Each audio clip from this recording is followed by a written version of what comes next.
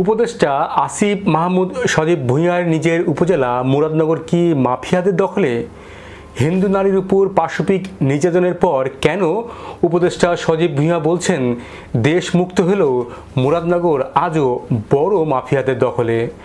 বিএনপির মহাসচিব মির্জা ফখরুল ইসলাম আলমগীর কেন বলছেন একজন উপদেষ্টার আশকারা পেয়ে মুরাদনগরের দুষ্কৃতিকারীরা অপকর্মে মেতে উঠেছে?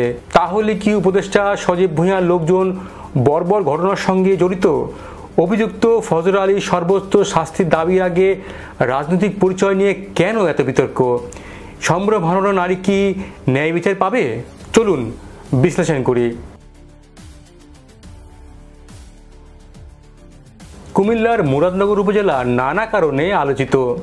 স্থানীয় সরকার, পল্লী উন্নয়ন ও সমবায় উপদেষ্টা আসিফ মাহমুদ সজীব ভূঁইয়ার নিজের উপজেলা এটি। বর্তমানে যেন মুরাদনগর হাতে পেয়েছে আলাউদ্দিনের চেরাগ। সরকারিভাবে ব্যাপক উন্নয়ন বরাদ্দ পাচ্ছে এই উপজেলা। গত জানুয়ারিতে জেলা পরিষদের উন্নয়ন সহায়তা খাত থেকে কুমিল্লা জেলা পরিষদকে 2,40,00,000 টাকা বিশেষ বরাদ্দ দেয় স্থানীয় সরকার বিভাগ।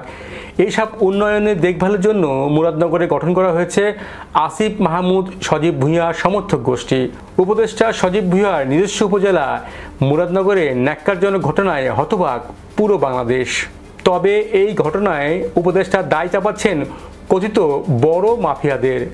28 জুন গভীর রাতে নিজের ব্যক্তিগত ফেসবুক পেজে দেওয়া এক পোস্টে আসিফ মাহমুদ লেখেন, মুরাদনগরের সকল আওয়ামী সন্ত্রাসীদের যারা আশ্রয় প্রশ্রয় দিচ্ছেন, পুনর্বাসন এবং ক্ষমতায়নের মাধ্যমে সাধারণ মানুষের উপর অত্যাচার, নির্যাতন, চাঁদাবাজি, ধর্ষণের উদ্দেশ্যে ছেড়ে দিয়েছেন, আজকের এই ভয়াবহ পরিস্থিতির জন্য তারাই দায়ী। অন্তর্বর্তী সরকার বলছে আওয়ামী লীগ দেশে নেই, তাহলে তাদের প্রশ্রয় দিচ্ছে কে? কাদের প্রশ্রয়ে এসব হচ্ছে? বিএনপি? আসিফ মাহমুদের ইঙ্গিত তো তাই বলে। তবে বিএনপির মহাসচিব মির্জা ফখরুল ইসলাম আলমগীর বলছেন একজন উপদেষ্টা নিজের স্বার্থ সিদ্ধির জন্য মুরাদনগরে ক্রমাগত ক্ষমতার অপব্যবহার করে যাচ্ছেন। ফ্যাসিবাদী আমলের মতো নিজেরাই সংখ্যালঘুদের ঘরবাড়ি দখল ও নির্যাতন করে অন্যের ঘাড়ে দোষ চাপানোর ধারাবাহিকতা এখনও চলছে। দুষ্কৃতিকারীরা আশকারা পেয়ে সমাজবিরোধী নানা অপকর্মে মেতে উঠছে। উপদেষ্টা যদি জনসেবার চেয়ে আত্মসেবাতে ব্যস্ত থাকেন তাহলে এলাকার শান্তি বিঘ্নিত হবে। মুরাদনগরের বাসিন্দা উপদেষ্টা হওয়ার পর থেকেই আওয়ামী এমপিদের মতো এলাকার আধিপত্য ও প্রভাব বিস্তারে ব্যস্ত রয়েছেন বলে মির্জা ফখরুল ইসলাম অভিযোগ করেন। উপদেষ্টা আসিফ মাহমুদ এবং বিএনপির মহাসচিব মির্জা ফখরুল ইসলামের পাল্টাপাল্টি অভিযোগ করেছেন। কুমিল্লার মুরাদনগরে হিন্দু নারীকে অভিযোগে গ্রেপ্তার ফজর আলীর রাজনৈতিক পরিচয় নিয়ে চলছে নানা বিতর্ক।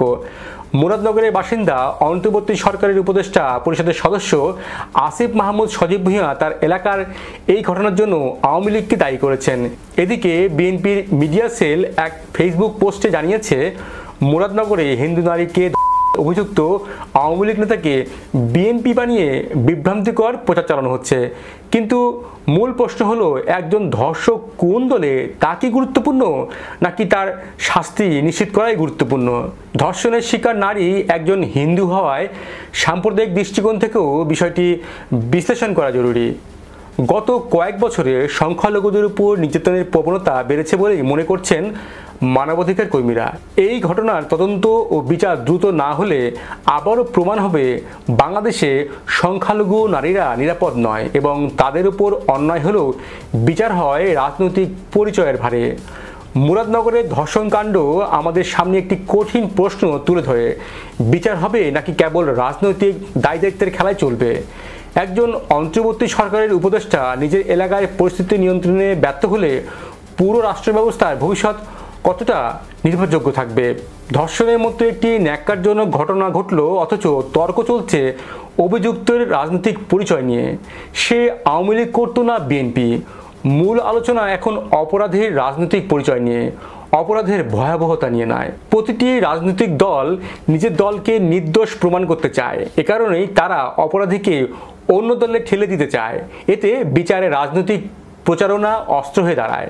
যদি দেখা যায় অপরাধীর বিচার পিছিয়ে যাচ্ছে বা মামলা দুর্বলভাবে পরিচালিত হচ্ছে, জনগণ ধরে নেবে এটা তার দলীয় পরিচয়ের কারণেই হচ্ছে। ইতিহাস বলছে সংখ্যালঘুদের ওপর হামলার বিচার অধিকাংশ সময় রাজনৈতিক পরিচয়ের ভারে নুয়ে পড়ে।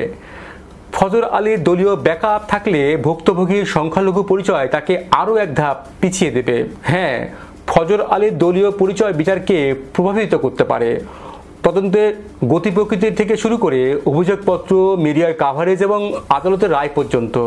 তবে এটি রোধ করাও সম্ভব যদি গণমাধ্যম, নাগরিক সমাজ এবং আদালত সকলে একযোগে ন্যায় বিচারের পক্ষে সোচ্চার হন। এই ঘটনার সত্য উদ্ঘাটনের জন্য প্রয়োজন নিরপেক্ষ তদন্ত এবং অভিযুক্ত ফজর আলীর বিচার রাজনৈতিক পরিচয়ের ঊর্ধ্বে থেকে হওয়া। অন্যথায় বিচারহীনতার সংস্কৃতি আবারও একবার প্রমাণ করবে ক্ষমতার বলয়ে থাকলেই অপরাধী বিচার হয় না। আপনি কি মনে করেন অভিযুক্ত ফজর আলীর দলীয় পরিচয় কি আসলে বিচারকে প্রভাবিত করতে পারে? জানান আপনার মতামত। ভিডিওটি লাইক এবং সাবস্ক্রাইব করুন। আর এতক্ষণ আমাদের সঙ্গে থাকার জন্য ধন্যবাদ।